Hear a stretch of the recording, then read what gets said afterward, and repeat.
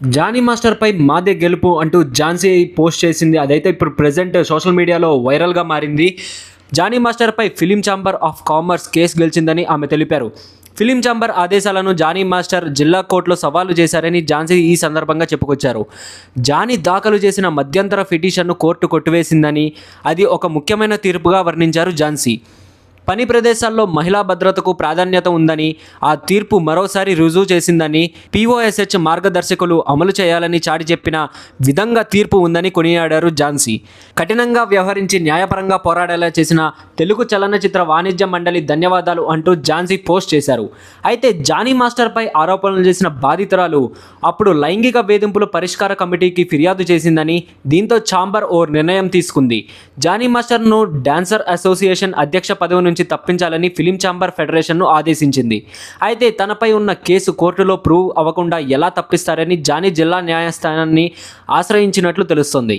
ఇప్పుడు ఆ పిటిషన్ను జిల్లా కోర్టు విచారించి కొట్టివేసినట్లు అర్థమవుతోంది. దీంతో జానీ మాస్టర్కు మరొక షాక్ తగిలిందనే చెప్పాలి.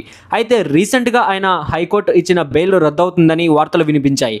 అందులో ఎలాంటి నిజం లేదని చెప్పారు జానీ. తనకు న్యాయస్థానంపై నమ్మకం ఉందని, తాను తప్పకుండా నిర్దోషిగా బయటపడతానని అన్నారు. మరి ఈ కేసులో చివరకు ఏం జరుగుతుందో వేచి చూడాలి. మరి ఝాన్సీ చేసిన పోస్టుకు సమాధానంగా జానీ మాస్టర్ అయితే ట్వీట్ చేయడం జరిగింది. న్యాయమే గెలుస్తుంది, నిజం అందరికీ తెలుస్తుందంటూ జానీ మాస్టర్ ఓ ట్వీట్ వేశారు. స్వలాభం కోసం కొందరు కోర్టు ఆర్డర్లపై కూడా తప్పుడు ప్రచారం చేస్తున్నారని, వారిని చూస్తే జాలేస్తుందన్నారు. ఓ కేసుకు సంబంధించి వచ్చిన తీర్పును మరో కేసుతో ముడిపెడుతూ పోస్టులు పెడుతున్నారని ఆరోపించారు. అసలు తీర్పు వివరాలు బయటకు వచ్చిన రోజున వారి నిజస్వరూపం ఏంటో, దేనికోసం ఇలాంటి దుప్రచారం చేస్తున్నారో ప్రజలందరికీ అర్థమవుతుందన్నారు. ఆ రోజు మరెంతో దూరంలో లేదని హెచ్చరించారు. తమ సొంత లాభం కోసం కోర్టు ఆర్డర్లపై కూడా తప్పుడు ప్రచారాలు చేసే వారిని చూస్తుంటే జాలేస్తుంది. ముందస్తు నాకు తెలియకుండా జరిగిన యూనియన్ ప్రెసిడెంట్ ఎలక్షన్స్ గురించి నేను పెట్టిన కేసుకు సంబంధించి వచ్చిన తీర్పుని మీకు అనుకూలంగా నచ్చినట్లుగా మార్చి మరో కేసుతో ముడిపెట్టి పోస్టులు పెడుతూ ఉన్నారు. మీరేది చెప్పినా ప్రజలు నమ్ముతారనుకున్నారేమో, కానీ అసలు తీర్పు వివరాలు బయటకు వచ్చిన రోజున నిజస్వరూపం ఏంటో, దేనికోసం ఈ దుప్రచారం చేస్తున్నారో అందరికీ అర్థమవుతుంది. ఆ రోజు ఎంతో దూరంలో లేదు, న్యాయమే గెలుస్తుంది, నిజం అందరికీ తెలుస్తుందని జానీ మాస్టర్ ట్వీట్ అయితే వేశారు.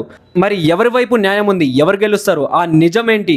మరిన్ని ఇంట్రెస్టింగ్ అప్డేట్స్ కోసం ట్యాగ్ తెలుగు ఛానల్ని లైక్, షేర్ అండ్ సబ్స్క్రైబ్ చేసుకోండి. Stay tune to tag Telugu.